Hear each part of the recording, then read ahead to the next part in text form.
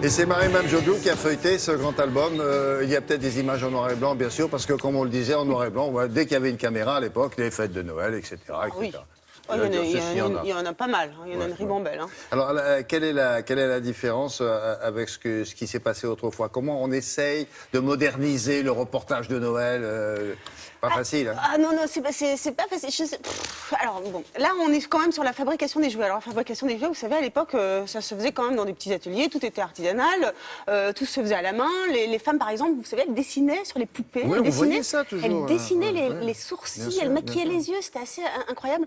Et ensuite est venu, bien sûr, toutes les machines industrielles, le système de moulage, de modelage.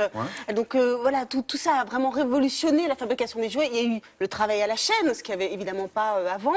Et puis les matériaux ont changé. À partir des années 50, il y a eu un matériau très important, ça a été le plastique. Mais est-ce qu'on continue à faire des reportages comme ça sur la fabrication des jouets encore? Bien sûr, mais alors il y a un gros souci, c'est qu'aujourd'hui, les usines françaises sont beaucoup plus rares qu'avant. Et c'est assez étonnant de voir ça. Il y en a dans les Vosges, hein, des jouets en bois. Oui, au Jura.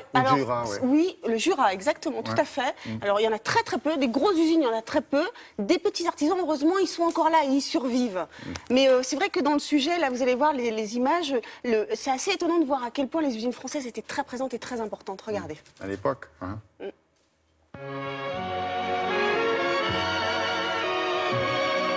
Bientôt Noël, Paris s'illumine de 1000 feux. Et l'éclat des enseignes, mirage de ces semaines de fin d'année, fait rêver les grands autant que les petits. Bonjour facteur, est-ce que vous recevez beaucoup de lettres d'enfants pour Noël? Oui, nous recevons pas mal de lettres d'enfants, adressées au Père Noël. Que demandent-elles ces lettres? Enfin là j'ai une carte réponse, ils demandent des bonbons, du chocolat, des jouets bien sûr. Comment fabrique-t-on les jouets? Aux 1000 artisans viennent s'adjoindre 800 entreprises où la main-d'œuvre est surtout féminine. 13 000 femmes contre 3 000 hommes. Mais on vend du jouet surtout pendant les 4 derniers mois de l'année. Encore que maintenant, grâce aux vacances sur les plages et grâce aux lois sociales, Noël soit aussi en juillet.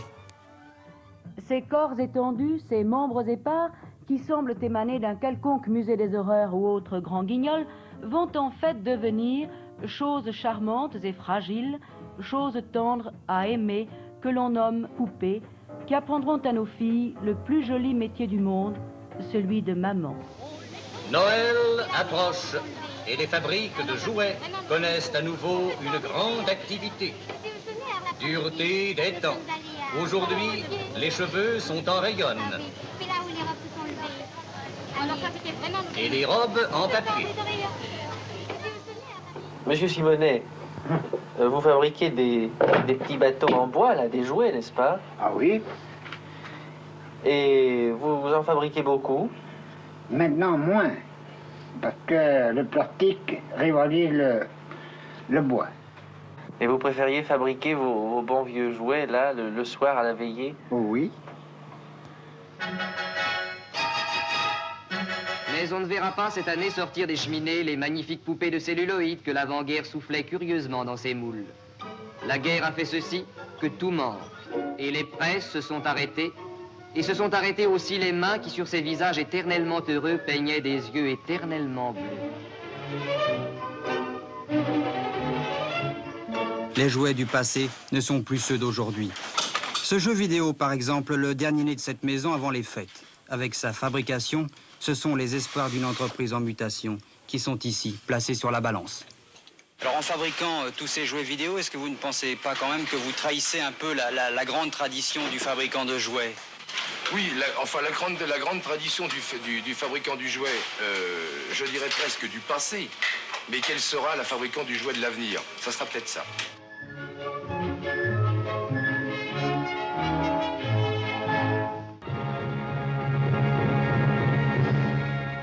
Le jouet du passé, c'est celui qu'on vient de voir. Oui, c'est ça. Ah ouais. C'est les petites chaussures. Moi, je voudrais juste vous parler d'une petite... Eh bien, écoutez, faites-le. Oh, c'est gentil. C'est vraiment sympa, William. C'est une immense opération, une grosse opération made in France. En fait, il y a 24 marques qui se sont associées et qui ont décidé en fait de s'installer comme ça dans 900 boutiques en affichant le Made in France. Et ça, c'est vraiment intéressant. Rien que là, pour Noël, justement, pour rehausser un petit peu la fabrication des jouets en France. C'est intéressant, je voulais vous le dire. Merci beaucoup. Voilà. Vous restez avec nous parce que là, on approche. On vous a concocté un petit programme consacré au repas de Noël, mais chez nos voisins.